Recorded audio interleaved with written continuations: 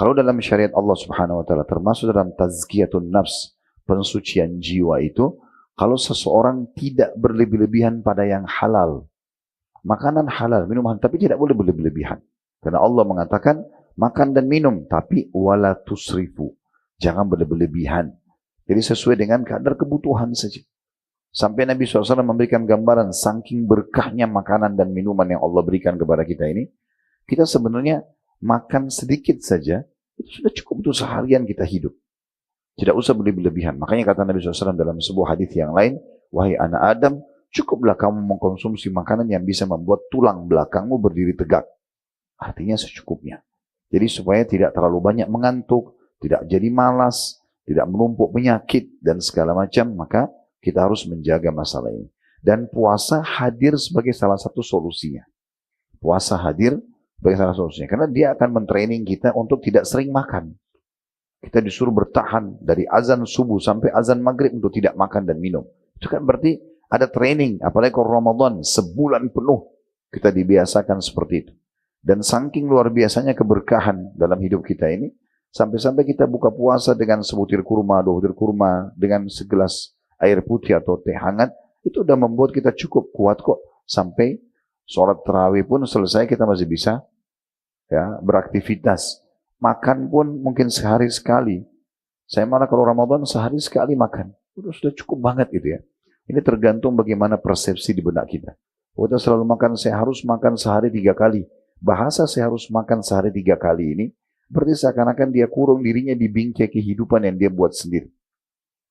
Saya kalau tidak minum kopi ke pagi hari, kepala saya pusing. Ini jadi masalah buat dia nih.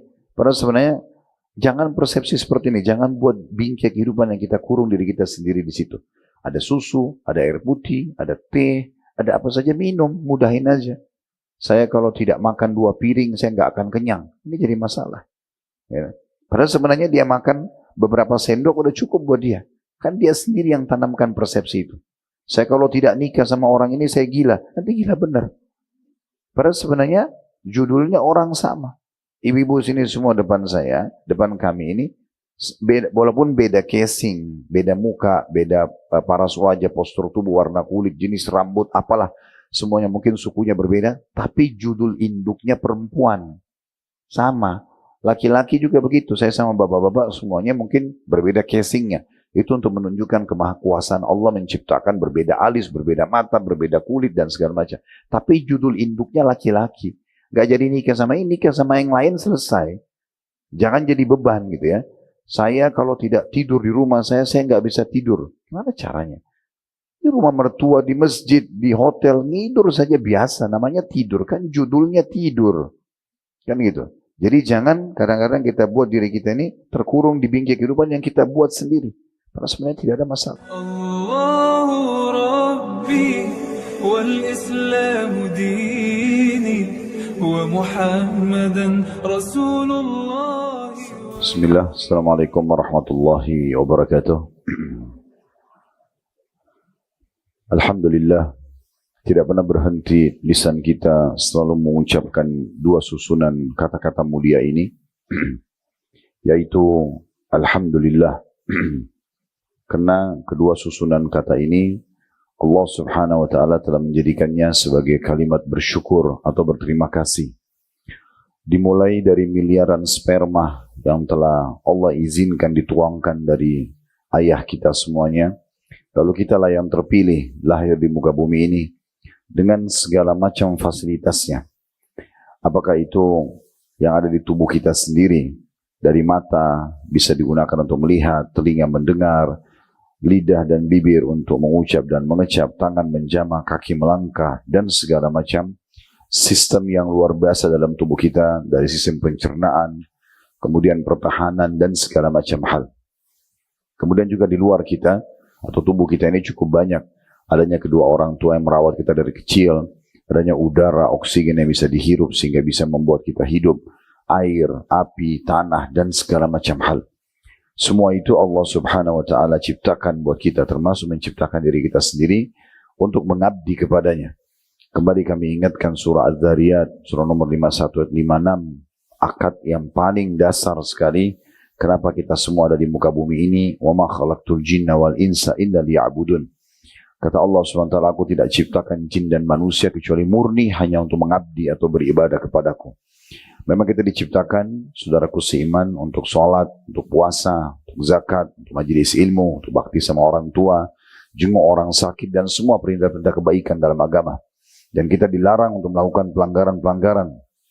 Apapun yang dilarang oleh Allah Subhanahu wa Ta'ala dalam syariatnya.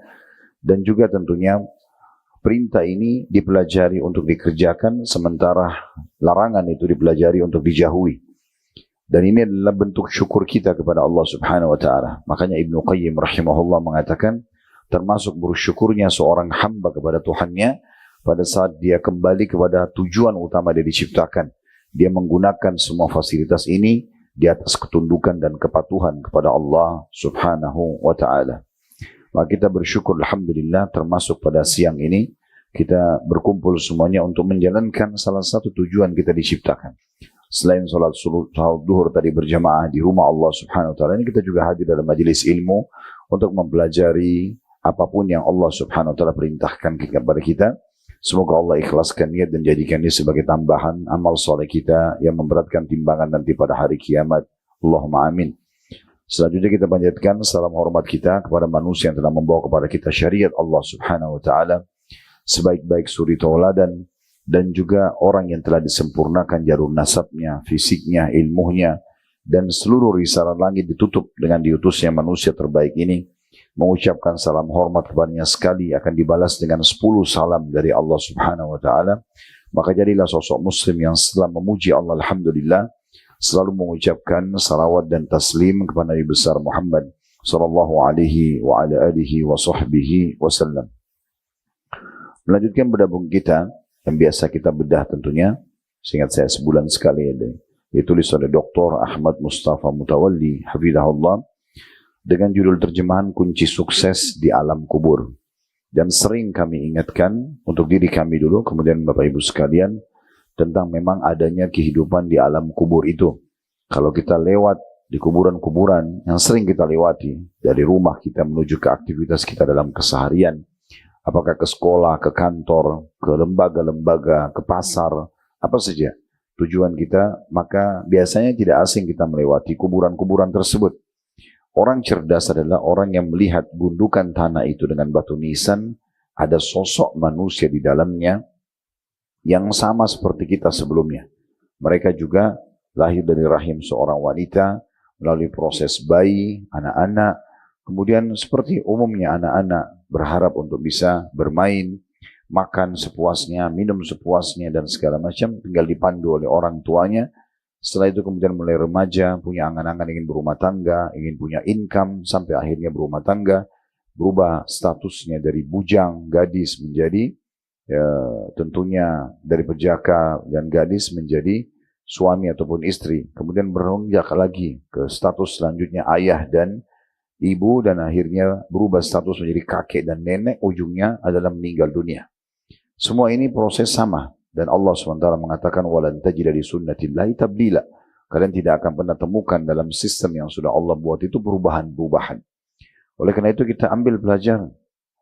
Bagaimana baginda Nabi SAW selalu mencontohkan kepada kita dan memerintahkan kita sebagai umatnya, agar sering menziarahi kubur, melihat kuburan tersebut, agar kita ambil pelajaran, ibrah, bahwasanya kita pun akan seperti mereka.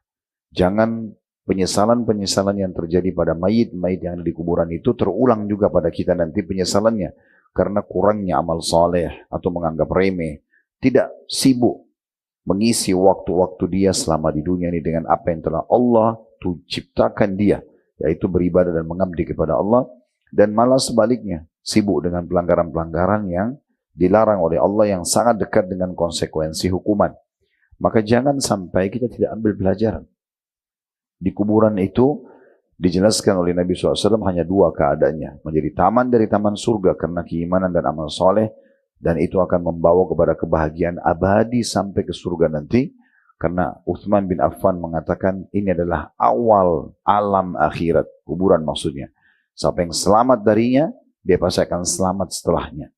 Dan kalau dia celaka di kuburan, menjadi lubang dari lubang neraka, maka kedepannya pun sangat dekat dengan kecelakaan. masuk ke dalam neraka jahanam, apalagi kalau meninggal dalam keadaan kafir, munafik, musyrik, mereka akan kekal di penyesalan abadi. Sudah pernah kita jelaskan dan saya berharap ulang-ulangi mentadabburi surah Al-Mu'minun, surah nomor 23 ayat 99 sampai 115. Selalu baca dan ulang-ulangi, baca terjemahannya, baca ayatnya, kalau perlu baca tafsirnya. Tinggal searching di Google tafsir Al-Mu'minun surah nomor 23 ayat 99 sampai 115. Jadi Bapak Ibu akan melihat dan membaca bagaimana Allah memberikan bocoran kepada kita penyesalan-penyesalan yang terjadi dari orang-orang yang meninggal dalam keadaan kufur, munafik, musyrik, banyak maksiat kepada Allah Subhanahu wa taala. Mereka sangat menyesal, mereka menangis, mereka menyesal di akhirat di neraka sana, tapi tidak ada manfaat bagi mereka dalam penyesalan tersebut. Karena Allah Subhanahu wa taala memiliki dua sifat yang agung. Allah itu Ghafurur Rahim. Allah Maha Pengasih dan Allah Maha Pengampun dan Maha Pengasih. Tapi bagi hamba-hambanya yang patuh, mau tunduk dan melaksanakan perintah. Sementara sisi yang lain Allah itu Syadidul Iqab. Allah sangat berat siksaannya bagi para pembangkang. Kita nggak boleh Bapak Ibu sekalian terus menerus berpegang pada sifat Allah Ghafurur Rahim. Allah Maha Pengampun dan Maha Pengasih sementara kita maksiat. Ini kurang tepat.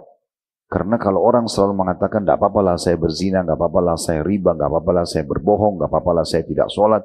Toh Allah itu Ghafurur Rahim. Allah Maha Pengampun dan Maha Pengasih. Sehingga dia terlalaikan terus dari ketaatan dan selalu lalai dan selalu semangat dalam mengerjakan kemaksiatan. Padahal sebenarnya yang tepat bagi orang yang lalai dan suka buat maksiat adalah sifat Allah yang lain. Yaitu Allah Syadidul Iqab. Allah sangat berat siksaannya. Jadi Ghafurur Rahim itu bagi orang yang patuh. Jadi yang tepat adalah kalau kita mulai terjerumus dalam dosa, kemaksiatan yang bisa mendatangkan nanti konsekuensi hukuman di dunia, di kuburan dan di neraka nanti, seseorang harus berpegang pada sifat Allah Syadidul Iqab. Allah sangat berat siksanya. Supaya dia tidak berani lagi mengulang-ulangi perbuatan dosa tersebut. Karena semua dosa atau maksiat akan memiliki konsekuensi hukuman. Nah ini gambaran tentang masalah adanya memang kuburan tersebut. Dan sudah sering kita ingatkan di setiap kali kita mulai kajian, hadis-hadis yang sahih. Bagaimana Nabi SAW menjelaskan dalam hadis Bukhari, kuburan memang jadi taman dari taman surga atau lubang dari lubang neraka. Bagaimana Nabi SAW melewati dua kuburan, lalu beliau mengatakan sungguhnya dua penghuni kuburan ini sedang disiksa, sementara keduanya disiksa bukan hal yang mereka anggap besar. Tapi ketahuilah itu besar di sisi Allah Subhanahu wa ta'ala. Yang satu suka adu domba, yang satu tidak cebok pada saat kencing. Yang menandakan memang ada siksa di kubur tersebut. Ada kehidupan di sana. Bagaimana Nabi SAW menjelaskan dalam riwayat Bukhari, kuburan itu akan dilapangkan bagi orang beriman seluas pandangan matanya. Dan bagi orang kafir akan menghimpit tubuhnya sampai tulang rusuknya bersatu. Nah ini semua hadis-hadis yang menjelaskan masalah itu. Di antaranya juga Nabi SAW pernah melewati dua kuburan, lalu beliau minta kepada sahabat untuk mengambil pelapa kurma, lalu beliau belah dua, lalu beliau tancapin di dua kuburan tersebut, seraya beliau bersabda, mengatakan bahwasanya semoga saja siksa keduanya diringankan di kuburan, selama pohon ini atau benda ini belum kering. Selama kedua pelapa kurma ini belum kering. Tapi ini adalah mukjizat Nabi Muhammad SAW. Tidak semua orang bisa melakukannya. Makanya tidak ada satupun sahabat yang mengambil pelapa kurma lalu menancapkan di kuburan kerabat yang sudah meninggal. Karena mereka tahu ini khusus untuk Nabi SAW.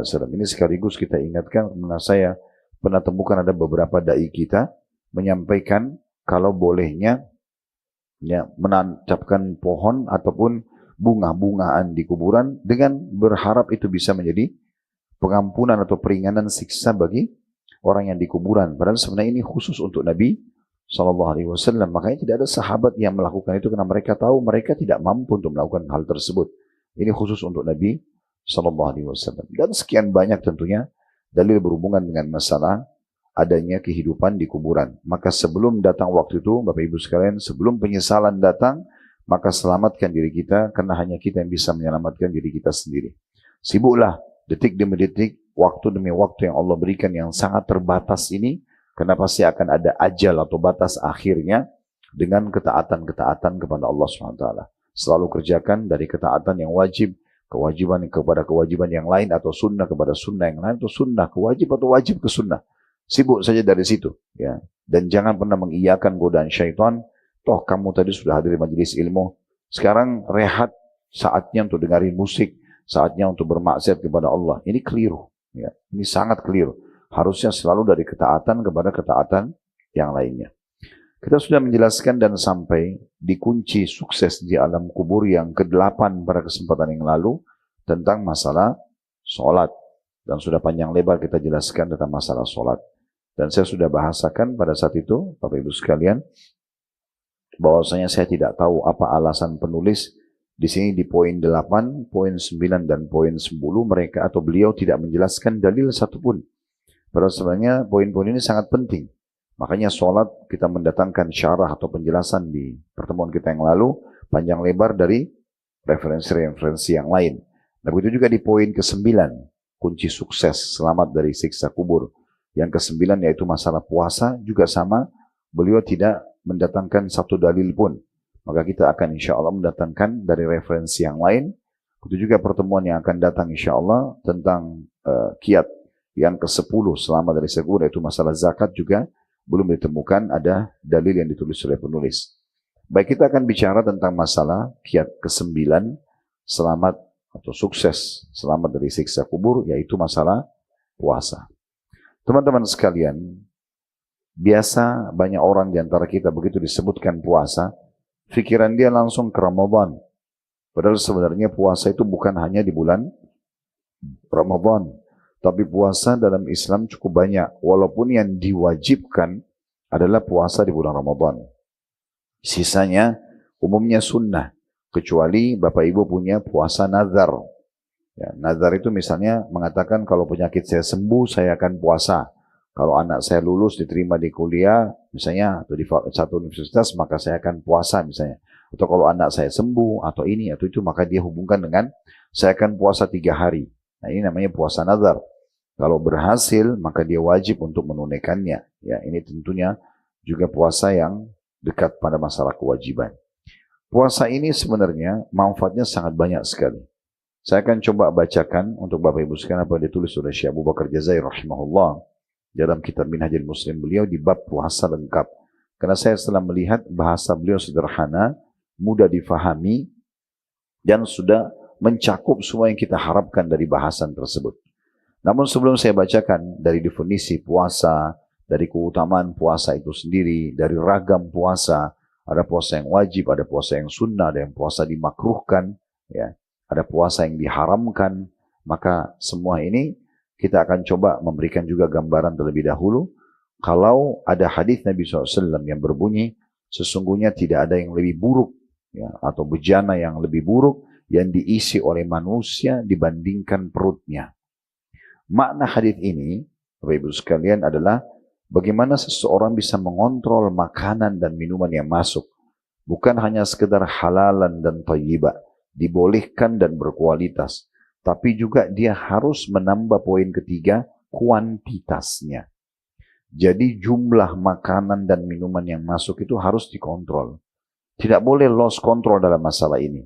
Sehingga terjadilah obesitas, ya, kegemukan, atau terjadilah penyakit-penyakit yang muncul justru karena makanan-makanan dan minuman yang tidak dikontrol masuk ke dalam tubuh. Karena porsinya melebihi daripada kebutuhan kita. Kita tahu kendaraan mobil atau motor, di saat butuh bensin, kita isi bensinnya sampai full misalnya. Tapi kalau sudah full, terus kita tambah lagi, akan meluap. Kalau di kendaraan mungkin dia meluap, kalau di tubuh tidak. Dia akan menumpuk, ya, di tubuh kita dan akhirnya menjadi permasalahan. Saya coba mencari informasi, ternyata salah satu yang terbanyak membuat manusia meninggal di muka bumi ini, sebabnya obesitas, karena kegemukan. Jadi kegemukan itu ternyata bermasalah. Dan Umar bin Khattab radhiyallahu anhu pernah menegur seorang yang hidup di masa beliau jadi khalifah, karena perutnya buncit. Lalu kemudian Umar bin Khattab mengatakan, apa ini? Orang itu mengatakan, ini bekas nikmat Allah. Karena saya makan banyak nikmatnya Allah, jadi perut saya jadi besar gitu. Maka kata Umar, ini kekonyolan. Ini bukan nikmat Allah. Tapi kamu justru telah membawa nikmat itu disalahgunakan. Makna perkataannya begitu. Jadi salahgunakan. Sampai akhirnya kamu tidak sadar, dengan kegemukan seperti ini membuat kamu akan malas beribadah. Kamu akan berlebihan pada hal yang halal. Perlu diketahui Bapak Ibu sekalian, kalau dalam syariat Allah Subhanahu wa taala termasuk dalam tazkiyatun nafs, pensucian jiwa itu, kalau seseorang tidak berlebihan pada yang halal, makanan halal, minuman, tapi tidak boleh berlebihan. Karena Allah mengatakan, makan dan minum, tapi wala tusrifu. Jangan berlebihan. Jadi sesuai dengan kadar kebutuhan saja. Sampai Nabi SAW memberikan gambaran, saking berkahnya makanan dan minuman yang Allah berikan kepada kita ini, kita sebenarnya makan sedikit saja, itu sudah cukup untuk seharian kita hidup. Tidak usah berlebihan. Makanya kata Nabi SAW dalam sebuah hadis yang lain, wahai anak Adam, cukuplah kamu mengkonsumsi makanan yang bisa membuat tulang belakangmu berdiri tegak. Artinya secukupnya. Jadi supaya tidak terlalu banyak mengantuk, tidak jadi malas, tidak menumpuk penyakit dan segala macam, maka kita harus menjaga masalah ini. Dan puasa hadir sebagai salah satu solusinya. Puasa hadir sebagai salah satu solusinya. Karena dia akan mentraining kita untuk tidak sering makan. Kita disuruh bertahan dari azan subuh sampai azan maghrib untuk tidak makan dan minum. Itu kan berarti ada training. Apalagi kalau Ramadan, sebulan penuh kita dibiasakan seperti itu. Dan saking luar biasanya keberkahan dalam hidup kita ini, sampai-sampai kita buka puasa dengan sebutir kurma, 2 butir kurma, dengan segelas air putih atau teh hangat, itu udah membuat kita cukup kuat kok. Sampai sholat tarawih pun selesai kita masih bisa ya beraktivitas. Makan pun mungkin sehari sekali. Saya malah kalau Ramadan sehari sekali makan. Sudah cukup banget gitu ya. Ini tergantung bagaimana persepsi di benak kita. Kita selalu makan, saya harus makan sehari 3 kali. Bahasa saya harus makan sehari 3 kali ini, berarti seakan-akan dia kurung dirinya di bingkai kehidupan yang dia buat sendiri. Saya kalau tidak minum kopi ke pagi hari, kepala saya pusing. Ini jadi masalah buat dia nih. Padahal sebenarnya, jangan persepsi seperti ini. Jangan buat bingkai kehidupan yang kita kurung diri kita sendiri di situ. Ada susu, ada air putih, ada teh, ada apa saja minum, mudahin aja. Saya kalau tidak makan 2 piring, saya nggak akan kenyang. Ini jadi masalah. Ya. Padahal sebenarnya dia makan beberapa sendok udah cukup buat dia.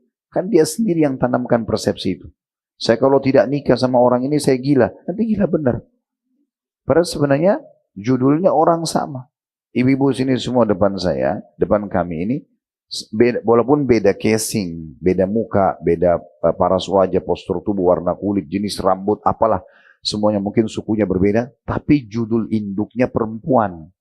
Sama. Laki-laki juga begitu, saya sama bapak-bapak semuanya mungkin berbeda casingnya. Itu untuk menunjukkan kemahakuasaan Allah menciptakan berbeda alis, berbeda mata, berbeda kulit dan segala macam. Tapi judul induknya laki-laki. Gak jadi nikah sama ini, nikah sama yang lain selesai. Jangan jadi beban gitu ya. Saya kalau tidak tidur di rumah saya nggak bisa tidur. Gimana caranya? Di rumah mertua, di masjid, di hotel, tidur saja biasa. Namanya tidur, kan judulnya tidur. Kan gitu. Jadi jangan kadang-kadang kita buat diri kita ini terkurung di bingkai kehidupan yang kita buat sendiri. Karena sebenarnya tidak ada masalah. Ya. Ini poin-poinnya. Jadi sebenarnya kita kembali kepada teori yang paling tepat. Bagaimana kita mengkonsumsi sesuatu yang kita butuhkan secukupnya. Dan puasa betul-betul melatih kita untuk itu. Bagaimana sebenarnya sudah cukup buat diri kita sesuatu yang luar biasa. Kalau pernah dengar nama ini, namanya Salim bin Abdullah bin Umar bin Khattab, cucunya Umar bin Khattab. Umar bin Khattab itu orangnya tinggi besar, kekar sekali tubuhnya, berotot ya. Itu luar biasa. Tapi makannya Umar ini roti sama minyak, zaitun, kadang-kadang sama kurma, kadang-kadang sama daging. Oke, apa saja yang ada beliau makan. Tidak jadi beban. Sampai pernah ada orang ditemui oleh Umar bin Khattab. Pulang dari pasar, beli daging banyak sekali. Kata Umar, kenapa kau beli ini? Dia bilang, saya lagi pengen. Kata Umar, apakah semua yang kamu pengen harus kau beli? Sebenarnya bukan dilarang ya. Tapi berlebihan ini jangan. Karena semua yang berlebihan itu pasti punya efek kurang baik gitu ya. Mubadzir lah dan segala macam gitu ya. Contohnya. Nah cucu beliau Salim bin Abdullah bin Umar terkenal sekali. Postur tubuhnya mirip seperti kakeknya Umar bin Khattab. Tinggi besar. Satu waktu dia lagi haji. Karena laki-laki kalau pakai haji itu cuma pakai ihram. Ya, laki-laki kalau lagi ihram tidak boleh pakai kaos dalam, nggak boleh pakai celana dalam, pokoknya 2 lembar kain putih saja. Nah kalau orang pakai, biasanya kita duduk laki-laki sama laki itu biasa kadang-kadang kena panas gerah, dibuka ihramnya, karena sama-sama laki-laki di tenda. Waktu Salim lagi makan, lagi mau makan sama orang-orang di kemah di Arafah, dia terbuka bajunya. Orang semua lihat, badannya bagus banget, berotot. Seperti kalau kita sekarang mungkin binaragawan. Maka ada yang tanya, apa makanan Anda? Dia bilang roti sama minyak. Ya, biasanya orang-orang dulu itu kalau mau melatih dirinya supaya tidak terlalu terikuti hawa nafsu, dia cari roti, dicelupin di minyak supaya basah baru dimakan sama dia. Orang-orang semua yang cuma ini dia bilang ya, itu yang saya biasa makan. Tapi kalau ada makanan, bukan jadi beban juga. Kita lagi diundang sama orang, kita makan. Kita lagi ada makanan yang enak di rumah, kita makan. Tapi kalau nggak ada, bagi seorang mukmin biasa aja. Bukan jadi sebuah beban. Ya, ibu-ibu perlu renungi ini ya. Karena biasa perempuan itu terbawa perasaan. Kalau sudah pengen makan di satu restoran, nggak dapat, itu jadi bahan cerita sebulan. Itu restoran saya suka banget, tapi saya datang nggak dapat. Itu jadi bahan cerita terus, kenapa? Urusan dunia nggak usah terlalu berlebihan. Nah, ini hikmah-hikmah puasa luar biasa. Jadi kita ingin sentuh dari sisi itunya ya. Bukan hanya sekedar menyebutkan masalah keutamaannya. Jadi hikmah-hikmah diperintahkan itu sangat luar biasa. Nanti akan kita jelaskan atau bacakan bagaimana Syekh Abu Bakar rahimahullah menitik beratkan tentang masalah hikmah-hikmah puasa yang sangat luar biasa. Yang pertama masalah definisi puasa dulu. Secara syar'i, puasa itu menurut etimologi ya, bahasa, menahan diri atau imsak. Ya, menahan diri. Itu secara bahasa, tapi secara terminologi atau syariat, puasa adalah menahan diri dari makanan, minuman, hubungan suami istri, jadi makanan, minuman, dan biologis gitu ya. Dan semua perkara yang membatalkan puasa, mulai dari terbitnya fajar, sampai dengan terbenamnya matahari, dengan niat ibadah. Itu secara syariat. Jadi menahan diri dari makanan, minuman, biologis, serta semua perkara yang bisa membatalkan puasa, mulai dari terbitnya fajar, subuh, sampai terbenamnya matahari, dengan niat ibadah. Ini definisi yang disampaikan oleh Syekh Abu Bakar, rahimahullah. Jadi saya ulangi, beliau mengatakan secara etimologi bahasa menahan diri. Tapi yang biasa jadikan rujukan adalah terminologinya atau syariatnya. Nah secara syariat adalah menahan diri dari makanan, minuman, biologis, ya, dan segala hal yang bisa membatalkan puasa. Itu dari mulai terbitnya fajar sampai terbenam matahari dengan niat ibadah. Sementara perintah puasa itu disyariatkannya di fase Madinah. Di Mekah belum ada perintah puasa. 13 tahun Nabi SAW dinobatkan jadi Nabi di Mekah. Dari umur 40 sampai 53 tahun sampai beliau hijrah ke Madinah belum ada syariat puasa. Puasa itu dimulai Bapak Ibu sekalian di hari Senin bulan Sya'ban tahun kedua dari bulan Hijriah. Ya, jadi setelah tahun 2 Hijriah, Nabi 2 tahun sudah hijrah. Sebelum Ramadan, berapa hari disyariatkan puasa Ramadan. Makanya para sahabat berperang Badr di tahun 2 Hijriah di bulan Ramadan itu puasa pertama mereka. Ramadan pertama mereka. Kemudian selanjutnya, puasa sendiri punya keutamaan-keutamaan baik yang wajib ataupun sunnah. Dan ini pasti akan kita butuhkan teman-teman sekalian ya. Setiap kali Bapak Ibu ingin mengerjakan sebuah ibadah supaya kita semangat mengerjakannya, ini poin pertama. Poin yang kedua supaya kita bisa konsisten menjaga sampai kita meninggal selalu kejar ingin mengerjakan, kita harus mencari tahu dapat apa kalau kita kerjakan ibadah itu. Biasa dalam ceramah disebutkan dengan fadilahnya. Jadi kita butuh, makanya semua perintah agama Bapak Ibu sekalian pasti ada fadilahnya. Ada fadilah puasa, ada fadilah sholat, fadilah puasa, fadilah zakat, fadilah haji dan umroh, fadilah bakti sama orang tua. Semua punya keutamaan-keutamaan. Nah karena kita bahas puasa, diantaranya diangkat oleh Syekh Abu Bakar rahimahullah, hadis Nabi SAW. Dan hadis ini, hadis yang sahih tentunya, diriwayatkan oleh Imam Ahmad, dan beliau menghasankan hadis ini, bukan sahih ya, dihasankan. Dan Imam Suyuti mengatakan hadis ini la ba'sa bihi, atau bisa diterima. Yaitu sabda Nabi SAW, as-siyamu junnatun minan nari ka junnati ahadikum minal qital.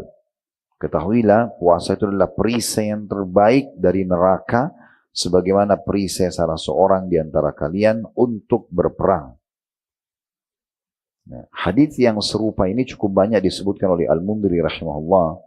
Al-Mundhiri rahimahullah ini menyebutkan banyak hadis di bab tentang puasa, Di antaranya sabda Nabi SAW, siapa yang berpuasa sehari jalan Allah, Allah akan buatkan untuknya khandak. Khandak itu seperti parit yang sangat dalam dan lebar, gitu kan, antara dia dengan neraka. Jadi ternyata puasa itu selain terapi kesehatan, ya, melatih untuk mengontrol makanan dan minuman yang masuk, gitu ya. Juga nanti kita akan lihat bagaimana melatih kesabaran, ya, dalam sisi sosialnya, sisi kesehatannya banyak sekali manfaatnya. Juga nanti akan kita jelaskan tentunya. Tapi di sini dipenjelaskan, secara agama dia akan menyelamatkan dari api neraka. Dan ini perisai terbaik. Jadi kita tahu perisai adalah yang digunakan oleh orang di masa dulu kalau berperang. Tangan kanannya pegang pedang, tangan kirinya pegang perisai dari besi, bulat kotak misalnya bentuknya, lalu untuk menangkis serangan musuh. Kemudian hadis yang selanjutnya, hadis muttafaqun alaih Bukhari Muslim. Kata Nabi SAW, man sama yawman fisabilillahi azza wa jal zahzahallahu wajahu anin nari bidhalika al-yawmi sab'ina kharifa. Siapa yang berpuasa satu hari saja di jalan Allah, mau wajib atau sunnah? Siapa yang berpuasa satu hari saja di jalan Allah azza wa jal, wajib atau sunnah? Puasa wajib, puasa Ramadan misalnya, atau puasa sunnah. Senin, Kamis, Ayyamul Bid, puasa Arafah, puasa Taswa dan Ashura dan seterusnya. Nanti kita akan rincikan beberapa jenis-jenis puasa sunnah. Maka semua itu akan Allah jadikan penyebab dijauhkannya wajah dia, si pelaksana puasa ini, dari api neraka sejauh jarak 70 tahun. Satu hari puasa. Selain memberikan manfaat, ya, kita bisa kontrol emosi, bisa kontrol dari dosa, bisa kontrol makan dan minuman yang masuk. Ternyata bisa menyelamatkan dari api neraka luar biasa. Satu harinya 70 tahun. Gimana kalau kita balik 70 tahun orang sempat puasa? Setiap tahun Ramadan dan setiap pekannya selalu ada Senin Kamis. Sebulan sekalinya ada Ayyamul Bid. Setahun sekalinya juga ada puasa Arafah, puasa Taswa dan Ashura. Ini semua luar biasa. Berapa jauh dia dari api neraka tersebut. Kemudian juga hadis yang ketiga tentang masalah adanya doa mustajab bagi orang yang puasa. Selain tadi manfaat dijauhkan dari api neraka, ternyata dia berdoa apa saja, mulai azan subuh, ya, sampai terbenam matahari, maka dia akan mendapatkan doa yang mustajab. Sebagaimana sabda Nabi SAW riwayat Imam Ahmad, ya, salah satu yang tidak akan ditolak doanya adalah orang yang berpuasa. Dan puncaknya pada saat menjelang buka puasa. Puncaknya pada saat menjelang buka. Jadi boleh kita berdoa kapan saja di saat puasa dari mulai azan subuh sampai terbenam matahari. Tapi puncaknya itu menjelang buka puasa.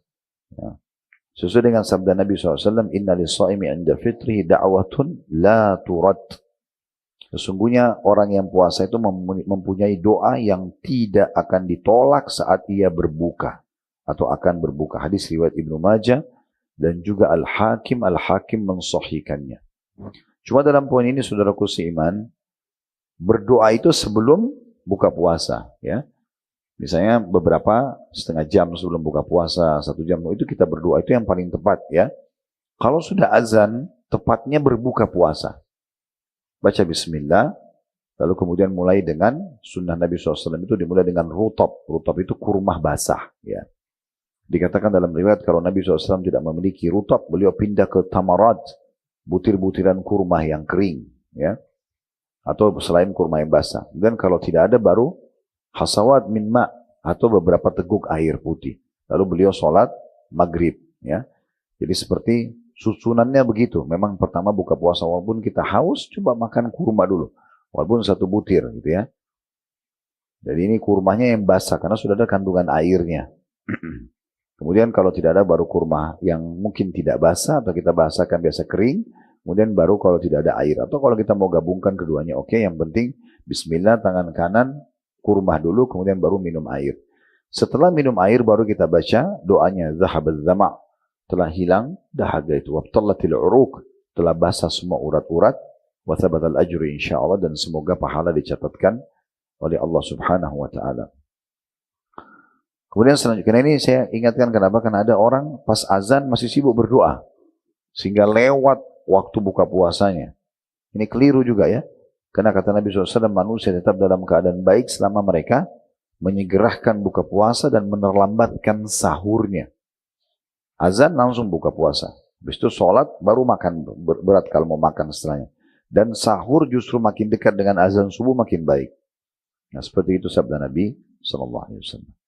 Selanjutnya Syekh Abu Bakar mengangkat juga dalil tentang adanya pintu di surga. Hadits yang sangat masyhur, khusus untuk orang puasa. Maksudnya ada satu camp istana di surga, khusus untuk orang yang rutin berpuasa. Hadits ini tentu disebutkan oleh Bukhari dan juga Muslim. Kata Nabi SAW, Inna fil jannati baban yuqalu lahu Rayyan. Ketahuilah di surga itu ada satu pintu gerbang yang sangat terkenal dan bernama Rayyan. Yadkhulu minhu as-sa'imuna yawmal qiyamah. Nanti hanya akan dimasuki oleh orang yang suka puasa saja pada hari kiamat. La yadkhulu minhu ahadun ghairuhum. Tidak ada yang boleh masuk kecuali mereka saja. Yuqalu aina as-sa'imun. Akan diiklankan pada saat itu di mahsyar, ya, di depan surga. Mana orang-orang yang suka puasa? Fayakumun. Maka mereka akan berdiri. La yadkhulu minhu ahadun ghairuhum. Ketahuilah, kata Nabi SAW, diulangi 2 kali. Tidak akan ada yang masuk ke camp istana itu kecuali mereka saja. Fa'idha dakhalu ughliq. Kalau mereka sudah masuk, ditutup pintu gerbang itu. Tidak bisa lagi orang masuk. Falam yadkhul minhu ahad. Tidak ada lagi orang lain yang bisa masuk setelah mereka masuk. Ya. Perlu diketahui Bapak Ibu sekalian, di surga itu hampir semua ibadah punya pintu gerbang. Sholat punya pintu gerbang, jihad punya pintu gerbang. Di dalamnya ada camp istana. Kita bisa memiliki istana lebih dari satu. Dan di semua jenis ibadah ini bisa kita punya istana-istana. Kita bisa punya istana di camp puasa, di camp sholat, di camp jihad, dan seterusnya. Itu semua ada pintu-pintunya. Makanya waktu Nabi SAW menjelaskan itu, Abu Bakar mengatakannya, Rasulullah, apakah ada orang dipanggil dari semua pintu itu? Bukan hanya pintu puasa, pintu sholat. Kata Nabi SAW, iya. Dan saya berharap kamu salah satunya. Karena Abu Bakar selalu radhiyallahu anhu sibuk mengerjakan semua jenis ibadah dan maksimal dalam mengerjakannya. Syekh Abu Bakar rahimahullah kemudian pindah ke poin penting masalah manfaat puasa itu sendiri. Tadi yang saya bilang kita akan singgung ya. Beliau mengatakan di antara manfaat-manfaat spiritual secara keimanan yang terdapat pada puasa adalah bahwa puasa membiasakan seseorang untuk bersabar dan menguatkannya. Ini poin yang tidak kalah penting karena untuk menjadi penyabar itu butuh latihan. Tidak bisa orang sembarangan bisa tiba-tiba sabar dalam segala macam ujian. Dan puasa yang terbaik karena dia bersabar. Lagi kering tenggorokannya, dia butuh minum, tapi karena Allah larang maka dia tahan dirinya, dia bersabar. Lapar, dia bersabar. Matanya, telingahnya, mulutnya, tangannya, kemaluannya, kakinya, semuanya ikut berpuasa. Menahan diri untuk tidak melakukan perbuatan-perbuatan yang haram. Bahkan perbuatan halal saja, makanan, minuman yang halal, biologis yang halal juga ditahan pada saat lagi puasa. Ya, sampai nanti azan maghrib baru boleh, gitu kan? Di sini kalau yang halal saja sempat beberapa poinnya tadi ditahan, maka dia bisa bersabar, otomatis nanti dia akan terlatih dan terbiasa meninggalkan yang diharamkan. Jadi kata beliau di antara manfaat, ya, 2 kali beliau ulangi jamak ya. Di antara manfaat-manfaat spiritual yang terdapat pada puasa adalah bahwa puasa membiasakan seseorang untuk bersabar dan menguatkannya. Mengajarkan pengendalian diri dan membantunya dalam mengendalikan diri. Mau gak mau kita terlatih untuk itu ya. Karena kita membiasakan diri mengendalikannya. Mau makan, mau minum, enggak, tunggu azan. Kita kan bisa kendalikan diri. Karena memang jiwa kita ini kita harus kendalikan ya. Kalau tidak, jiwa itu ada cenderung pada kebaikan, cenderung pada keburukan ya. Jadi dengan puasa ini kita bisa mengendalikan diri kita. Jadi pernah saya kasih contoh, iblis pimpinan syaitan. Ya, dan dia menyesatkan banyak manusia sebagaimana Allah sudah gambarkan dalam Al-Quran. Tapi pertanyaan, siapa yang menggoda iblis di saat disuruh sujud oleh Allah kepada Adam dan dia tidak mau sujud? Iblisnya sendiri pimpinan untuk menggoda. Yaitu hawa nafsunya dalam jiwanya. Ada gejolak. Allah ciptakan pada jin dan manusia gejolak. Ingin berbuat baik dan ingin berbuat buruk. Bapak Ibu tadi waktu sepakat ingin datang ke sini, berarti sedang mengontrol jiwanya untuk menerima ajakan untuk pergi bertaklim misalnya. Sebenarnya di dalam jiwa kita tuh ada gejolak juga, gak usah, nanti aja, bisa online, nanti bulan depan, kesempatan lain aja.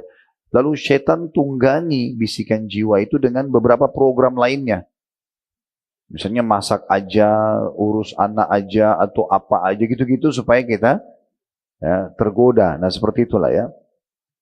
Puasa itu membantu kita bisa mengendalikan diri. Kemudian menumbuhkan karakter ketakwaan dalam diri, karakter ketakwaan dalam diri dan mendidiknya. Ketakwaan artinya kepatuhan ya. Bagaimana kita jadi terbiasa patuh sama Allah. Puasa melatih itu. Karena sekian jam kita patuh sama Allah. Kita selalu mau buat ketaatan, terus kita merasa sayang banget kalau buat dosa. Nanti puasa saya batal nih, nah gitu. Ya. Kemudian dikatakan khususnya ketakwaan yang merupakan tujuan utama yang hendak dicapai setelah puasa. Sebagaimana Allah sebutkan dalam Al-Baqarah 183. Kutiba alaikumus siyamu kama ya alladzina amanu kutiba alaikumus siyamu kama kutiba alladzina min qablikum la'allakum tattaqun. Hai orang beriman, diperintahkan kalian atau diwajibkan kalian berpuasa sebagaimana diperintahkan orang-orang sebelum kalian agar kalian mencapai tingkat ketakwaan. Itu secara spiritual atau keimanan. Lalu paragraf selanjutnya Syekh Abu Bakar mengatakan dalam kitab beliau Minhajul Muslim, sedangkan manfaat-manfaat sosial dari puasa. Di antaranya adalah bahwa puasa membiasakan umat Islam untuk hidup disiplin dan bersatu. Mencintai keadilan dan persamaan. Karena pada saat puasa kita tahu yang kaya puasa, yang miskin puasa, yang sehat puasa, yang sakit puasa, orang Arab atau orang Ajam semuanya puasa. Maka kita merasa ada kesamaan antara kita dengan orang-orang beriman yang lain. Ya. Kemudian mencintai keadilan dan persamaan dan menumbuhkan perasaan sayang dan moral atau akhlak yang baik. Sebagaimana ia melindungi masyarakat dari segala macam kejahatan dan kerusakan. Itu kalau tiba Ramadan atau tiba masa puasa, sekian persen itu keburukan berhenti.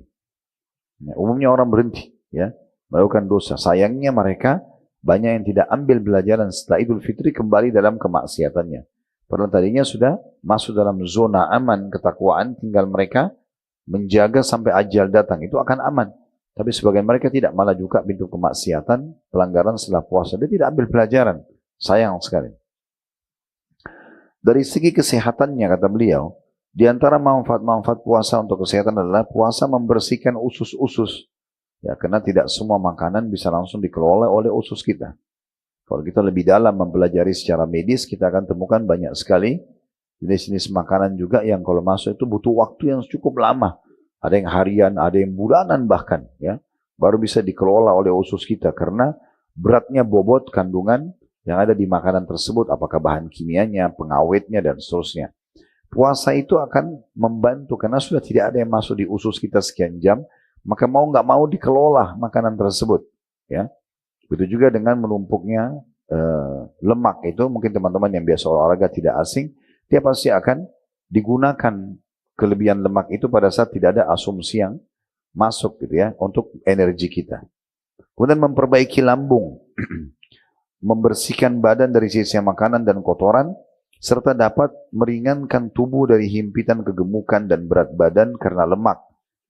Di antaranya beliau mengangkat hadis Nabi SAW, sumu tasihhu, berpuasalah kalian maka kalian akan sehat.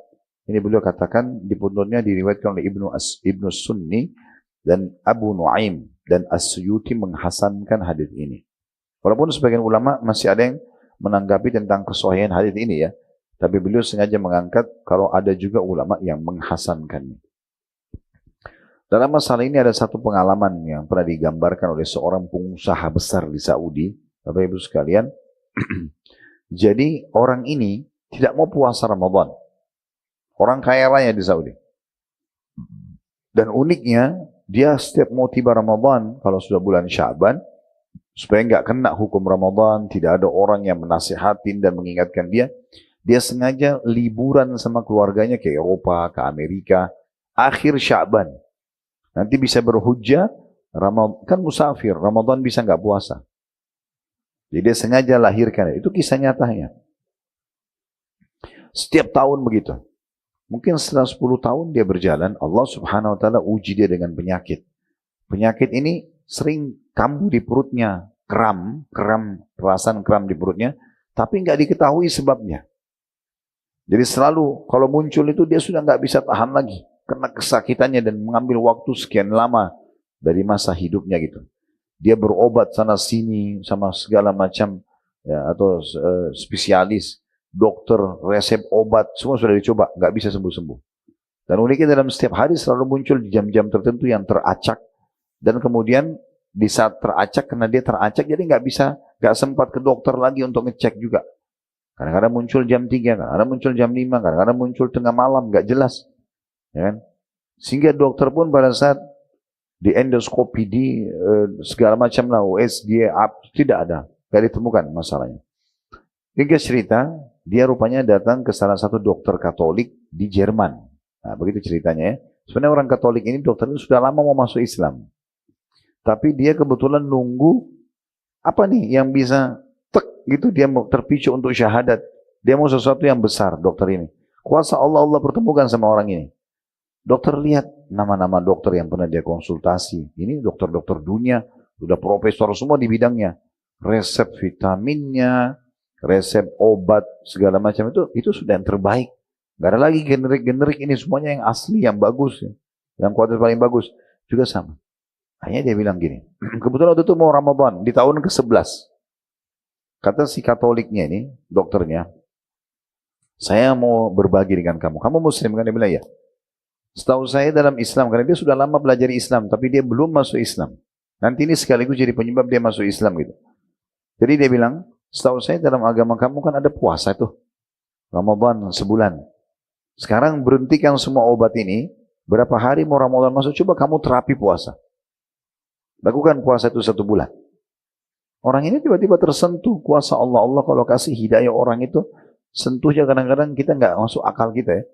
Ada orang karena cuma lihat satu cuplikan ceramah 1 menit, sadar, tobat dari semua dosa-dosanya. Ya.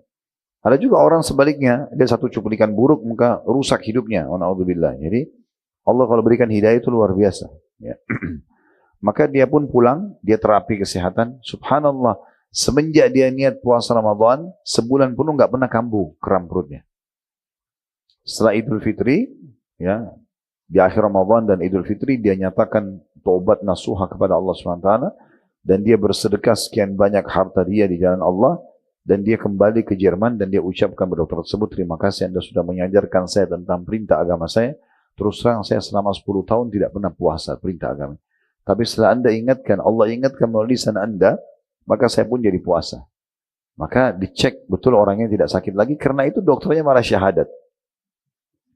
Tapi kita bisa lihat bagaimana manfaat puasa itu sangat besar. Ya, saya berapa kali duduk sama teman-teman medis Muslim, mereka mengatakan betul-betul Ustaz ya, perintah puasa itu luar biasa. Saking sayangnya orang-orang yang tidak tahu seperti kami tahu. Sudah ada penelitian segala macam, ternyata itu manfaatnya besar sekali buat kesehatan ya. Kalau mereka tahu itu, maka mereka pasti akan melakukannya. Walaupun tidak ada syariatnya, apalagi kalau ada keutamaan-keutamaan tadi, selamat dari api neraka, jaraknya 70 tahun gitu ya. Ya, kemudian bisa jadi pengampunan dosa dan segala macam keutamaan yang luar biasa dari puasa itu. Baik, selanjutnya beliau masuk penjelasan tentang masalah jenis-jenis puasa. Ada yang disunnahkan, ada yang dimakruhkan, dan ada yang diharamkan. Tentu kalau diwajibkan kita sudah tahu puasa Ramadan. Kita enggak sedang bahas itu, tapi nanti kita akan singgung sedikit saja ya. Karena puasa Ramadan ini biasanya menjelang Ramadan cukup banyak materi yang akan membahas atau dibahas oleh para ustadz kita, dan juga kita tidak asing ya. Nah, ini puasa yang sangat agung setahun sekali ya. Tapi yang jelas Ramadan itu fungsinya setelah 11 bulan kita menggunakan usus kita, tubuh kita ini, kalau tubuh kita ini robot, Bapak Ibu sekalian mungkin sudah rusak ya.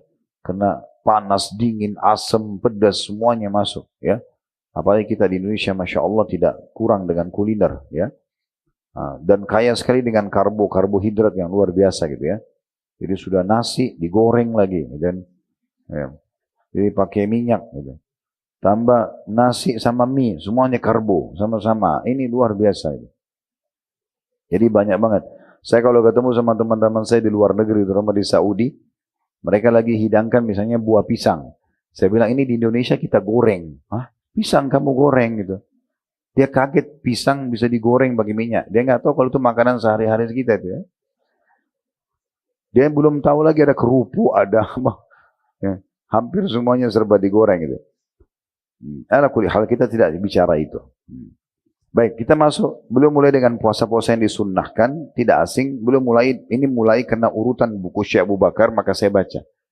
Karena puasa ini beliau menjelaskan saja tentang ini jenis-jenis puasa sunnah. Dimulai dari puasa Arafah yang dilakukan setahun sekali saja. bagi orang yang sedang tidak haji, tidak asing tentunya, terjadi pada 9 Zulhijjah. Sebagaimana hadis Nabi SAW, "Shaumu yaumi Arafah yukaffiru dzunuba sanataini madiyatun." Atau madiyatan wa mustaqbalatan, ya. Saya ulangi, "Shaumu yaumi Arafata yukaffiru dzunuba sanataini madiyatan wa mustaqbalah, wa shaumu Asyura yukaffiru sanatan madiyah." Puasa hari Arafah dapat menghapuskan dosa-dosa 2 tahun sekaligus. Setahun yang lalu dan setahun akan datang. 365 hari yang lalu dan 365 hari ke depan. Kemudian dikatakan, dan puasa hari Asyura tanggal 10 Muharram juga setahun sekali saja menghapuskan dosa-dosa 1 tahun sebelumnya. Dari hadis ini kita bisa lihat bagaimana keutamaan puasa Arafah yang setahun sekali, dan hanya sehari puasa bagi yang sedang tidak haji bisa mendapatkan pembersihan dosa 2 tahun sekaligus. Oleh karena itu kami sarankan agar Bapak Ibu selalu punya kalender, ya, atau Anda kalau punya aplikasi di handphone yang ada tanggal hijriahnya supaya tidak luput dari ini, ya. Yang jelas kalau mudah diingat, berarti ingat pada saat jemaah haji lagi wukuf di Arafah. Walaupun khilaf di antara ulama, kita ikutin wukufnya jemaah haji atau kita ikutin tanggal 9 Zulhijjah kita. Ini ada yang mengatakan ikut Arafah, ada yang mengatakan ikut tanggal 9. Intinya Anda jangan ketinggalan puasa ini, gitu ya. Baik, yang kedua puasa Asyura, tadi sudah disinggung, tapi di sini ditambah di poin kedua dengan Tasu'a. Asyura dari kata-kata asyara, yang berarti 10, maksudnya 10 Muharram. Dan Tasu'a adalah 9, maksudnya 9 Muharram. Sebagaimana sabda Nabi SAW, "Wa shaumu Asyura yukaffiru sanatan madhiyah." Sedangkan puasa Asyura bisa menghapuskan dosa setahun yang lalu. Ya, sebagaimana hadis diriwayatkan oleh, ya, Imam Muslim. Kemudian juga Nabi SAW mengatakan tentang puasa Tasu'anya, 9-nya, karena waktu itu orang-orang Yahudi puasa juga 10 Muharram, Asyura, maka beliau mengatakan, "Idza kana al-'amul muqbil insyaallah sumnal yawm at-tasi'." Kalau kami masih tiba hidup tahun depan, maka secara otomatis kami akan ikutkan, ya, puasa ini dengan puasa 9, maksudnya puasa Asyura dengan Tasu'a, agar berbeda dengan orang-orang Yahudi. Hadis ini riwayat Muslim. Yang ketiga puasa 6 hari pada bulan Syawal. Kita sudah tahu bulan Syawal itu adalah bulan yang datang setelah Ramadan. Ramadan bulan ke-9 dari bulan-bulan Hijriah, Syawal bulan ke-10. Biasa kita lihat kalau selamat Hari Raya Idul Fitri 1 Syawal. Nah, Idul Fitrinya nggak boleh kita puasa 1 Syawal, tapi setelahnya boleh berpuasa. Nah, kita anjurkan puasa 6 hari. Hadis yang masyhur, bisa 6 hari berturut-turut, bisa cuma 6 hari tapi bisa 6 hari tapi dipecah-pecah, gitu ya, atau dipisah-pisah. Yang penting selama bulan Syawal. Hadis yang sahih diriwayatkan Imam Muslim, kata Nabi SAW, "Man shama Ramadhana wa atba'u sittan min Syawal kana ka siyamid dahr." Barang siapa yang berpuasa bulan Ramadan lalu melanjutkan dengan 6 hari puasa bulan Syawal, maka ia seperti puasa sepanjang tahun. Yang keempat, puasa pertengahan pertama dari bulan Sya'ban. Ya. Puasa pertengahan pertama, maksudnya 2 pekan pertama dari bulan Sya'ban, bulan sebelum Ramadan. Ramadan bulan ke-9, ini bulan ke-8. Sesuai dengan pernyataan Ummul Mukminin Aisyah radhiyallahu anha, "Aku tidak pernah melihat Rasulullah SAW berpuasa 1 bulan penuh kecuali pada bulan Ramadan, dan aku tidak pernah melihat beliau melakukan puasa dalam 1 bulan yang lebih banyak daripada bulan Sya'ban." Diriwayatkan oleh Imam Muslim. Ya, tentu ada rincian ulama tentang masalah puasa beliau. Selain puasa Senin Kamis, puasa Ayyamul Bidnya, biasanya beliau tambah dengan puasa tatawwu atau puasa tambahan. Jadi namanya puasa tambahan, Bu, ya, Bapak Ibu sekalian. Kalau pernah dengar hadis Nabi SAW waktu beliau pernah pulang ke rumah Aisyah, lalu kemudian beliau tanya, "Apakah kalian punya makanan?" Aisyah mengatakan, "Tidak ada." Kata Nabi SAW, "Inni idzan shaim." Kalau gitu saya puasa. Ini namanya puasa tambahan. Jadi bukan Senin Kamis, ya. Ibu saya hari Selasa, lagi sehat-sehat badannya, dan saya lagi nggak ada juga kepentingan hari ini, saya mau puasa aja. Boleh aja. Namanya puasa tatawwu. Yang kelima, puasa, ya, 10 hari pertama di bulan Zulhijjah. Ini jenis puasa sunnah yang kelima. Jadi dari tanggal 1 sampai tanggal 9 Zulhijjah itu dianjurkan puasa. Tentu 10 Zulhijjah tidak puasa, ya, karena memang itu adalah hari raya Idul Adha. Hadits yang sangat masyhur dalam masalah ini diriwayatkan juga oleh Imam Muslim. Ma min ayyamin al-amalu salihu fiha ahabbu ila Allah azza wa jalla min hadhil ayyam. Tidak ada hari-hari di mana semua jenis amal saleh lebih Allah cintai dibandingkan amal-amal yang dikerjakan di hari-hari ini. Qalu ya Rasulullah walal jihadu fisabilillah, wahai utusan Allah, kami mau bertanya, jihad pun di jalan Allah belum bisa menyamai pahala puasa di 10 awal bulan Zulhijjah itu, atau amal-amal dikerjakan 10 bulan Zulhijjah. Qala walal jihadu fisabilillah, jihad pun belum bisa menyamai pahala orang yang berbuat amal soleh apapun di 10 awal bulan Zulhijjah, illa rajulun kharaja bi nafsi wa mali thumma lam yarji' min dzalika bi syai', kecuali seseorang yang keluar berperang membawa jiwa dan hartanya lalu dia tidak membawa pulang keduanya. Kemudian yang keenam, puasa pada bulan Muharram. Puasa sama tadi, Senin Kamisnya atau Ayyamul Bidnya, ya. Tapi diperbanyak juga di bulan Muharram puasa-puasa tambahannya. Ini kata beliau begitu ya. Sesuai dengan sabda Nabi SAW ketika ditanya puasa apakah yang lebih utama setelah Ramadan, maka beliau mengatakan syahrullahi alladzi tad'unahu muharram, tad'unahul muharram.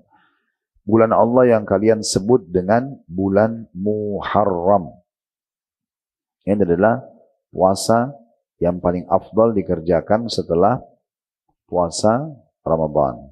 Yang ketujuh, puasa Ayyamul Bid atau puasa 3 hari setiap bulan, biasa dikatakan dengan puasa putih ya, karena bid artinya putih. Dan paling afdal dikerjakan 13, 14, 15.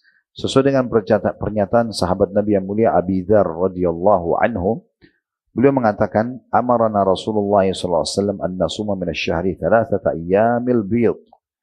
Sungguhnya Rasulullah SAW memerintahkan kepada kami untuk berpuasa pada hari-hari putih selama 3 hari setiap bulannya.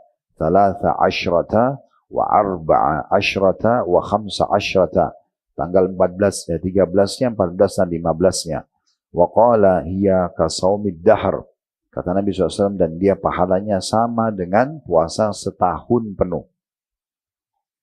Yang ke-8 dan ke-9 puasa sunnah, gabungan antara Senin dan Kamis. Poin ke-8 puasa Seninnya, poin ke-9 puasa Kamisnya.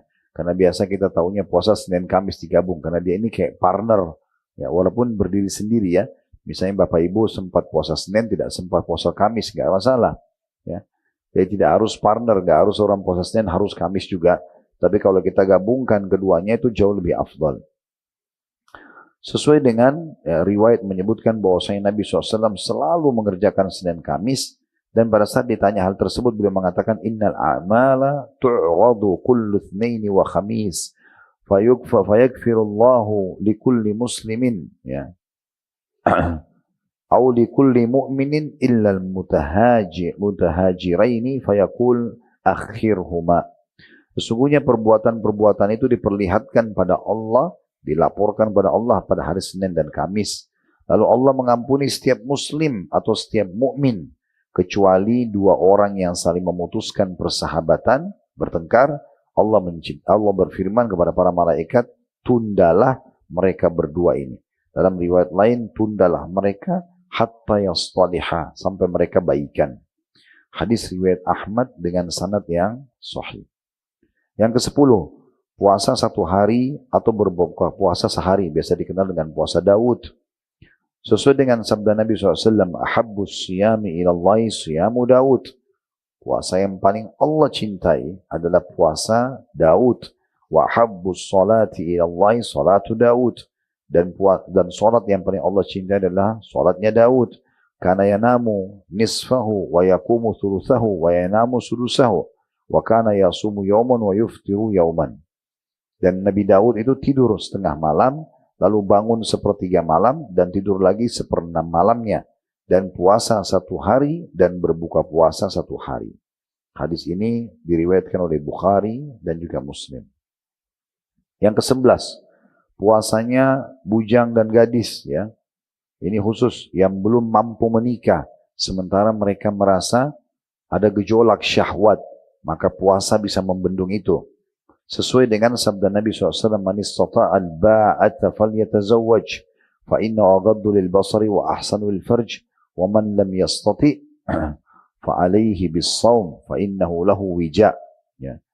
Siapa yang sudah ba'a itu maksudnya sudah mampu melakukan ya hubungan biologis, bukan kemampuan finansial di sini.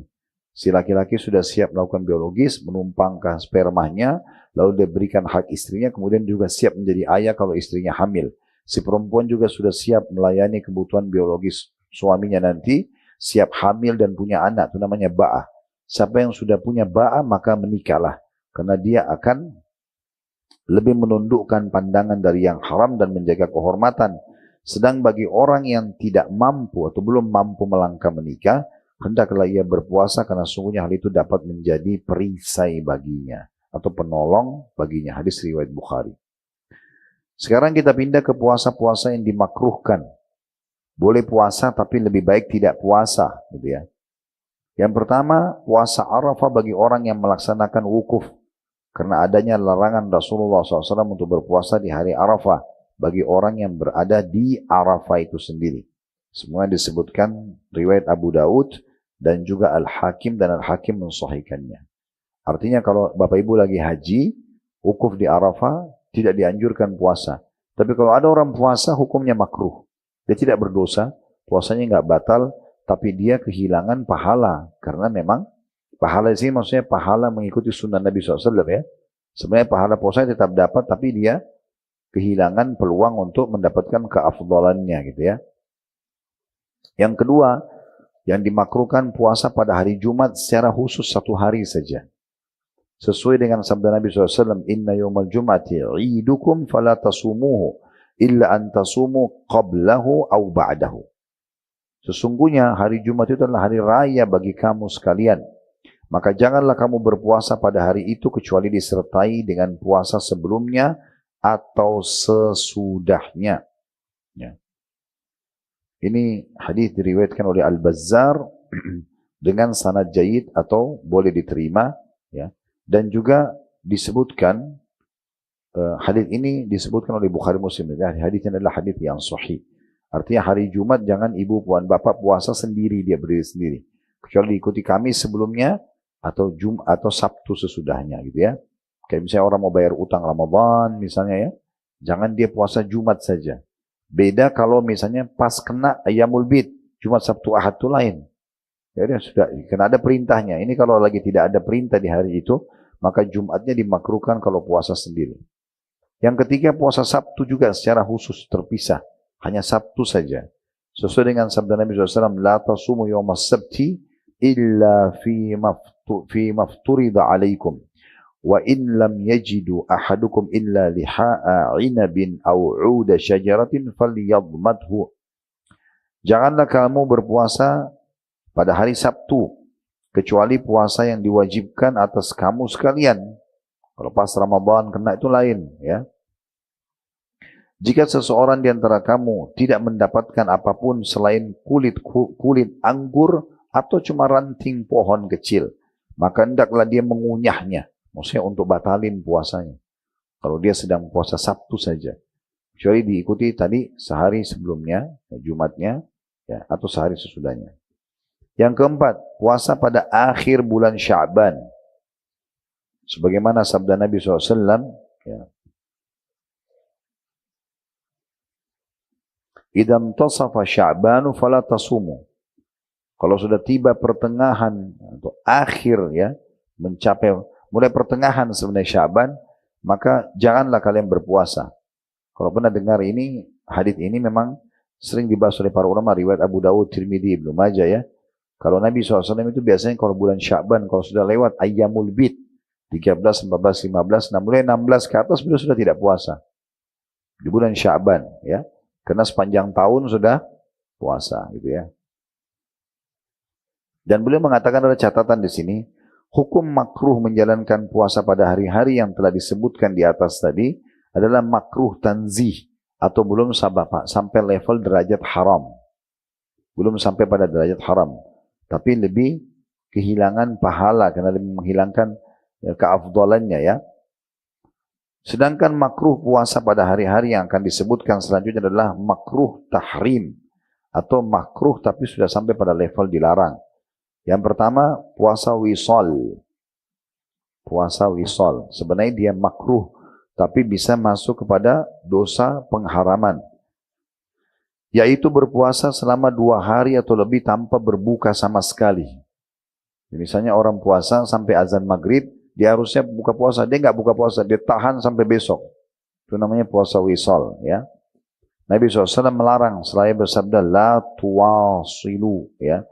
Janganlah kalian berpuasa wisal. Ini diriwayatkan oleh Abu Daud hadisnya. Maaf, ini diriwayatkan oleh Bukhari. Kemudian yang kedua, puasa pada hari yang meragukan atau Yom Syak. Yom Syak itu akhir bulan Sya'ban. Kita ragu, ini sudah masuk Ramadan atau tidak. Itu namanya hari Syak. Makanya kan di akhir Sya'ban biasanya ada ru'yah hilal. Melihat bulan, ya. Nah di hari itu kita nggak boleh puasa. Hari Syak. Karena kata Nabi SAW, ya, sahabat yang menukil dari Nabi SAW, man sama yawma syakki faqad asa Abul Qasim. Barang siapa yang berpuasa pada hari yang meragukan, maksudnya hari ragu, masuk Ramadan atau belum, ya, maka dia telah bermaksiat kepada Abul Qasim atau Nabi SAW. Hadis ini diriwayatkan oleh Bukhari, diriwayatkan secara muallak atau tanpa nomor urut, ya. Dan yang ketiga, puasa dahar atau puasa sepanjang tahun, non-stop. Tiap hari puasa. Ini ada larangannya, ya. Sebagaimana sabda Nabi SAW, la sama man samal abad. Tidak akan dinilai puasa bagi orang yang puasa sepanjang tahun. Diriwayatkan oleh Imam Muslim. Dan dalam sabda beliau yang lain, man samal abada fala sama wala aftar. Barang siapa yang memaksakan diri puasa sepanjang tahun non-stop, maka tidak ada puasa dan tidak ada juga pahala berbuka baginya. Ya, hadis ini diriwayatkan oleh Ahmad dan juga An-Nasai, dan An-Nasai mensahihkannya. Yang keempat, puasanya seorang istri tanpa izin suaminya, padahal suaminya berada di rumah. Jadi maaf ibu sekalian, kalau suami ibu lagi cuti, ibu biasa puasa Senin Kamis misalnya, tetap ibu harus izin. Kan lagi di rumah nih, harus Senin. Saya biasa puasa, boleh nggak saya izin puasa? Kalau dia izinkan boleh, kalau tidak maka itu hukumnya tidak boleh. Ya, puasa ibu dianggap batal itu, ya, sesuai dengan izinnya. Kata Nabi SAW dalam masalah ini, la tasumil mar'atu yawman wahidan wa zawjuha syahidun illa biidnih. Qala waqi illa Ramadan. Seorang istri tidak boleh berpuasa walaupun 1 hari, sedangkan suaminya ada di sisinya kecuali dengan izinnya. Waqi, seorang perawi hadis, mengatakan kecuali puasa Ramadan. Kecuali puasa Ramadan. Ya. Ini diriwayatkan oleh Bukhari dan juga Muslim. Sekarang itu tadi puasa makruh tapi bisa sampai pada level pengharaman. Ya. Sekarang kita masuk ke puasa haram secara mutlak. Nggak boleh puasa sama sekali, malah berdosa. Kalau tadi kan puasa seorang istri tanpa izin suaminya, tapi kalau tiba-tiba lagi puasa, suaminya bilang, udah nggak apa-apa, puasa aja saya ridho. Nah itu jadi berubah hukumnya, gitu kan? Tapi kalau ini memang sudah haram, tidak boleh sama sekali. Ibu dan bapak kalau puasa, dosa. Yang pertama, puasa di 2 hari raya, Idul Fitri dan Idul Adha. Ya. Berdasarkan perkataan Umar radhiyallahu anhu, inilah 2 hari raya di mana Rasulullah SAW telah melarang berpuasa pada 2 hari tersebut. Hari Idul Fitri, setelah kamu sekalian berpuasa pada bulan Ramadan sebulan penuh. Dan Idul Adha, ketika kamu sekalian memakan sebagian dari hewan kurban yang kalian sembelih. Ya. Ini perkataan Umar radhiyallahu anhu, dinukil oleh Bukhari dan juga Muslim. Yang kedua, haram hukumnya puasa di 3 hari tasyrik. Tasyrik itu 3 hari berturut-turut setelah Idul Adha. Kalau Idul Adha 10 Zulhijjah, tasyrik itu 11, 12, 13 dari bulan Zulhijjah. Makanya kalau bulan Zulhijjah, puasa Ayyamul Bidnya, Bapak Ibu sekalian pindah ke 14, 15, dan 16. Karena tanggal 13-nya masih masuk hari tasyrik. Ya. Ini karena Rasulullah SAW telah mengutus seorang penyeru dan menyampaikan pesan beliau di Mina dengan menyebutkan, la tasumu hadil ayyam fa inna ayyamu aklin wa syurbin wa bi'al. Jangan kamu sekalian berpuasa pada hari-hari ini, karena hari ini adalah hari-hari untuk makan, minum, dan juga berhubungan biologis. Diriwayatkan oleh Tabarani dan aslinya ada dalam Sahih Muslim. Artinya memang Ayyamul Bid ini adalah hari untuk menikmati hewan kurban kita. Begitu juga lafaz lain, wa dzikrillahi azza wajal. Dan hari-hari ini adalah hari-hari zikir kepada Allah azza wajal. Nah, ini berarti penyampaiannya sudah sangat jelas ya. Yang ketiga, yang diharamkan bagi wanita, haram puasa pada saat haid dan nifas. Ya. Berdasarkan ijma atau kesepakatan ulama mengenai rusaknya atau batalnya puasa seorang wanita yang haid dan nifas. Sesuai dengan sabda Nabi SAW, alaysat idha hadat lam tusalli wa lam tasum, fadhalika min nuqsani diniha. Dikatakan, bukankah jika seorang wanita mengalami haid, maksudnya nifas, ia tidak melaksanakan sholat dan tidak puasa, itulah bagian daripada kekurangan agamanya. Ya. Ini diriwayatkan oleh Bukhari. Yang keempat, yang haram puasa, puasanya orang yang sakit. Ya. Dan dikhawatirkan membahayakan jiwanya. Dia kalau puasa malah bisa bahaya, lebih parah sakitnya. Ya. Maka di situ tidak boleh dia puasa. Apalagi sampai membawa pada kematian. Ya. Karena kata Allah SWT beliau berdalil mengangkat surah An-Nisa ayat 29, surah nomor 4 ayat 29, wala taqtulu anfusakum innallaha kana bikum rahima. Jangan pernah kalian membunuh diri kalian karena sungguhnya Allah itu Maha Penyayang kepada kalian semuanya. Ya, jadi ini jelas dalil tentang masalah atau pembagian tentang masalah puasa itu sendiri. Dan tentunya kalau kita mau bahas lebih panjang lebar, ini banyak sekali bahasannya, teman-teman sekalian, tentang masalah puasa ini. Di antaranya tentu kalau kita mau bahas masalah Ramadan itu cukup panjang. Bahasan tentang masalah Ramadan itu bab khusus ya. Tapi kita cukupkan sampai sini insya Allah tentang masalah bab puasa ini. Kita sudah sebutkan tentang faedah-faedahnya secara kehidupan sosial, secara spiritual atau keimanan, ya, secara kesehatan semua sudah dipaparkan. Kalau ada benar dari Allah silakan diamalkan. Kalau rasa dari saya tolong dimaafkan. Subhanakallahumma bihamdika asyhadu an la ilaha illa anta astaghfiruka wa atubu ilaik. Wassalamualaikum warahmatullahi wabarakatuh.